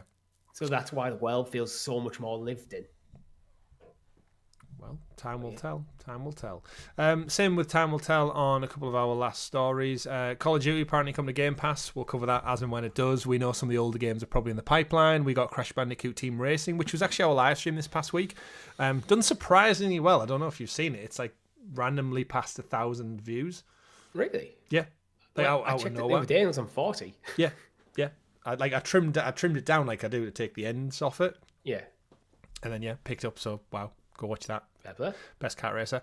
And then we got Marvel Rivals, passes 20 million players. So we'll probably have to check in with Marvel Rivals at some point, Richie, just because it's free and it's there, and we're both Marvel fans, and it makes sense. There's got to be something there. Remember when Concord could barely get past like 2,000 players, and Marvel Rivals, another team shooter set in kind of spacey stuff, is just out there smashing it. But there's a £40 difference in price. There's also an IP attached to it. Hi-Fi Rush developer does not guarantee that we're going to be getting a Hi-Fi Rush in the future, which is a bit baffling to me. It's like, remember, the mid Hi-Fi Rush got all this praise last year. This year? Last year? When did it come out? Either way, then Tango Gameworks was shut down by Microsoft, and then it was acquired by Krafton, who are the PUBG people. And like the natural assumption was like, well, they're going to go straight into a Hi-Fi Rush 2. Like that's why they've picked up Tango, not for Ghostwire Tokyo, for this. And then now the head of the studios came out and said, we, and I quote, "We are considering a sequel positively. We're not at the stage where we can say specifically, this is what we're going to do. Many of our staff loved Hi-Fi Rush, so we feel like we have options. We're currently at the stage of considering various opportunities." And I feel like I want to grab the guy and shake him and be like, if you do anything other than Hi-Fi Rush, you are a fool. I don't know. I think sometimes if you want to treat your IP with respect, sometimes not rushing into something makes more sense. Wait till you have the story, whatever it is that game needs. But if they just went, he's Hi-Fi Rush 2, it's just more Hi-Fi Rush, it might probably wouldn't land as well. Yeah. Like some of the charm would be lessened. So they're not saying no, but it just sounds like they're just exploring what that game could be. Yeah, well, the head of Krafton, when they acquired them, said that there was a build for a Hi-Fi Rush sequel that was 6 months into development already when they acquired them. So that they've already laid the groundwork for it, unless they've had this like phenomenal different idea, and now they're part of Krafton. Maybe they have more freedoms that they had before under Microsoft, and now they're just like, oh shit, we have either the money or the time to make something even bigger and better. Great. Or maybe Hi-Fi Rush is, to give them something special. So, I mean, if they know what's right, I always entrust the developers with their own work, but it just makes me think, like, so we're not going to get a Hi-Fi Rush sequel sooner than expected? But it seems like an odd choice, but more on that in the future. And then the final point I want to get to was Unpacking. I don't know if you've played Unpacking yet, actually, Richie. I haven't. It's great. It's such a nice little, like, just cozy game. It basically tells a story of someone who moves out of the parents' house, moves into college, goes through life, gets a boyfriend, girlfriend, leaves them, comes back to living back at the parents after moving out. Like, basically the experience of, like, life.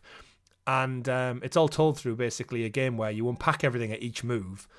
and you put it in. It's all isometric. It's just point and click, essentially. You put the toaster in, you put the kettle into the area, you put the boxes away. You basically are unpacking. It's a very easy platinum. You just have to unpack everything throughout the different ages. Very cheap. I think it's an indie game that probably costs less than a tenner. It's got really chill out music the whole time. But the story article comes because Unpacking did so well, but every digital storefront seems to be hammered with clones of fake AI-driven games that are actually nothing like the original. And the developers basically comment on, he keeps going to, like, Nintendo specifically is in the story, but he said it's impacting his game that these cheap fakes that rock up on the storefront that have like a similar name or a similar art style for the cover art, they're tricking players into buying the wrong thing.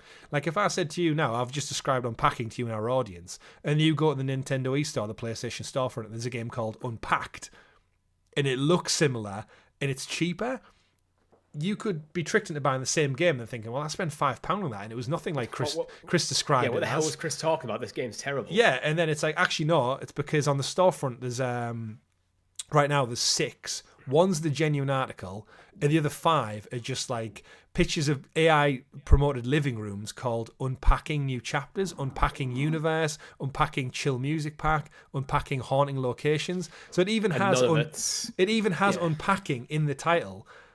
And it's on sale, so there's like promotions to actively drive it up the storefront as well, in like the this week sales and stuff and weekend sales. And it's like, I'm fed up with this shovelware, finding it through. Like these storefronts for me, PlayStation and Xbox included, they need better curation. Like someone needs to be a gatekeeper of your platform, because you're doing yourself a disservice by not promoting the people who make great games for you. And it's annoying. You see it all the time. There needs to almost be like a benchmark for quality, and like to kind of like, this is one of the things where it should, the title of this game sounds very familiar, especially the kind of looks like add-on packs and stuff. Unpacking Music Pack or whatever it's called. That should be a flag, and they'll go, well, actually, this sounds like a pack for a game that's already on our store, but it's published by someone else, it's developed by someone else. Let's give them a ring. Yeah. Or let's an auto-generated email going, this game has come on the store, confirm this is you. One click from the developer and go, yeah, that's us, and it goes through. And if it goes no, it gets blocked and goes into investigation. They need to kind of up these processes. It's a grey area though. You don't want to stop small developers who are genuinely working to produce decent games, but you do want to kind of stop this, like the pseudo scam artists, where technically it's not a scam. It's just that they're clearly trying to trick you into thinking you're buying something that it's not. Yeah. But you are actually buying what is described. It's that kind of, it's where marketing goes into like the dark art. It's the dark arts of marketing, where marketing should be about, this is what's great about our thing. Where they're going, this is what's great about their thing, buy ours. It's kind of sleight of hand. It is, yeah. It's all like a trades technique, isn't it? And you see it in like real world with like yellow price tags and stuff, and this is on sale, but it's only a penny cheaper, but it's technically on sale, so you're kind of drawn in. But yeah, it's been, the developers tweeted out basically saying it's been over 2 weeks, they're still on the eShop. Nintendo hasn't responded to our reports of these scams, which are using our trademark game name and purposely tricking Nintendo customers into buying cheap fakes.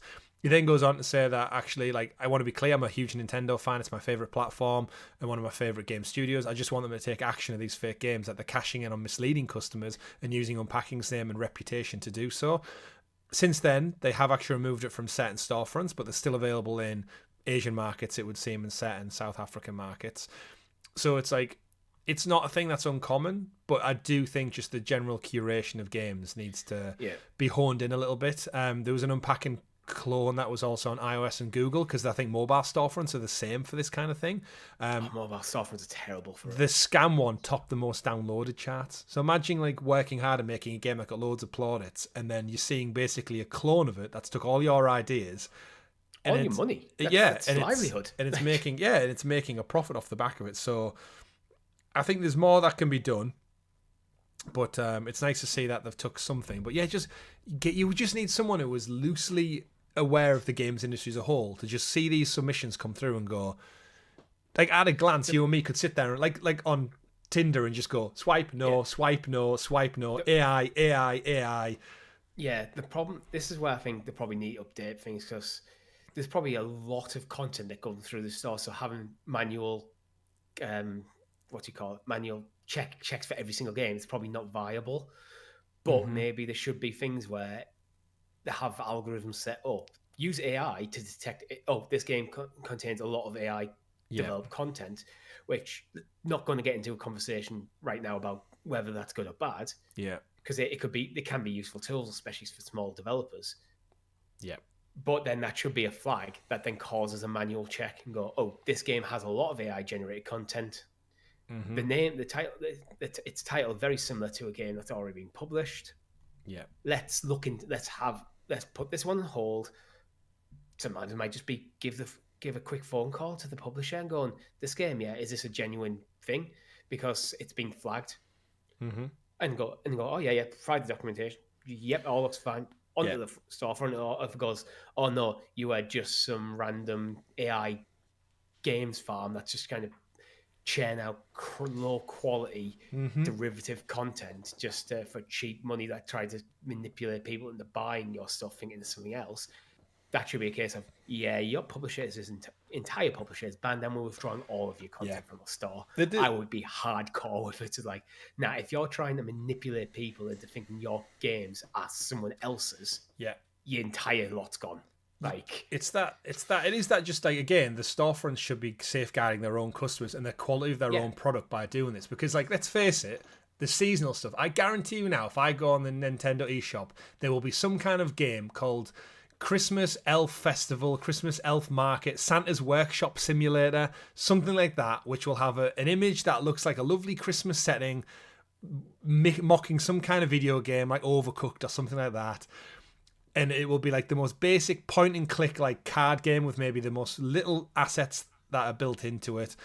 And it'll be 99p and they'll probably sell a couple thousand units. But it's like, it's absolute shit drivel that doesn't deserve to be on the storefront. And they'll do it for Halloween, and they'll do it for Easter, and they'll do it for every big thing that'll come out. Oh, there's a new Star Wars game out that's like Space Simulator X. It happens for everything, but better curation is needed. Similar in the TV world, Richie. Better curation is needed across TV platforms. And our final story for the week is Amazon's game-inspired Secret Level anthology series has been renewed for a second series. It was announced by Amazon last week as Season 1 wrapped up. There's going to be new stuff coming in the future. Had a chance to check out any of this? I know our audience last week. I watched the Space Marine one. It's like once I think Yovar, someone in our audience, said it was like only 20 minutes a piece. So I had to look through and thought, which IP have I got the most interest in? I'll be honest, Season 1, not that much for me, realistically. The Pac-Man one is on my radar because the Pac-Man game we saw at the Game Awards that had like the weird Metroidvania evil Pac-Man vibes. That's apparently in this episode. So I'm curious to check that out. But the Space Marine one was great. It was just 20 minutes of brutal Space Marine action in the most stunning animation I've ever seen for Space Marine 40k. Like, it looked beautiful, the fights, the choreography, the lore immediately, and it links in with Captain Titus from Space Marine. So I was like, sweet, I would watch a whole movie of that. But the rest of it not so interesting. But good to know it's been renewed. I'd like to see them branch out and maybe try a different IP. Because I'll be honest, I looked at like Concord and I was like, no. Looked at Pac-Man, I was like, no. Did they do a Concord one? Yeah. Oh, didn't it come out after Concord was already being pulled as well? Yeah. I remember that. Like, level, I'll get the list. Level, episode. Yeah, that just didn't work. You never know. I wonder what would have happened if it came out before Concord was launched. It might have been one of them things that just got people go, oh, this is an interesting IP. I'm now interested in the game. So there is episode 1's Dungeons and Dragons, which again did interest me. Episode 2 is Sifu. Episode 3 is New World, Amazon game. Makes sense. So they can do a TV series based on the game, but they can't put it on Amazon Luna. Yep. Go figure.